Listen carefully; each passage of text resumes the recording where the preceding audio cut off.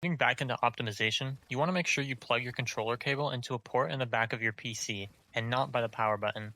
Your NVIDIA settings are also extremely important, so here are the settings I use for the best performance possible. Discord can also be optimized by turning hardware acceleration off and turning the name displays off. Generic layout also has the least amount of delay, but it does slightly worsen your aim assist strength, which brings me to my next point. Any program you use to get less delay like anti-micro, timer resolution, and even overclocking your controller is going to decrease your aim assist strength, so keep that in mind if that is something you're looking into. Okay, I apologize for all of the optimization talk. Now I'll shift the focus back to controller itself. It's extremely important that you take advantage of the good buttons that you have, which are your left stick and your right stick, and potentially the touchpad if you use a PlayStation controller and can comfortably press that. How you set up your binds depends entirely on which controller you use and whether or not you play claw or with paddles, but your two most important binds are switch mode and edit. I'm happy to answer any questions you guys have in the comments if you want a more personalized response to your situation. It's no surprise the biggest disadvantage on controller is mechanics. You guys have to be working on your crosshair placement to speed up mechanics by not taking as long to do an edit. I have a whole video on this if you want a more in-depth explanation.